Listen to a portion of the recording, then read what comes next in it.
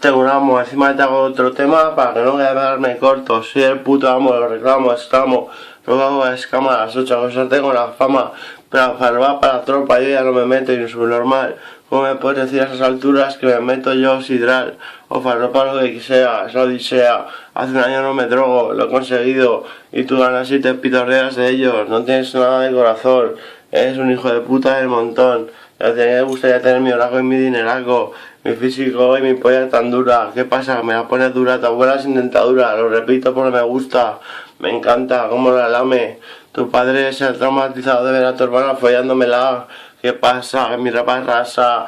Yo soy un poco vacilón, la verdad. Soy de Aragón, de Gijón de Conexión. Soy el puto amo de la nación. Represento Zaragoza, pero dentro de poco toda España. ¿Qué pasa? Querías hacerte famoso a mi costa, ¿verdad? Y encima lo estás consiguiendo. Todo por Santa María, que me se ha empeñado en contestarte. Yo ni lo haría, yo de ti pasaría.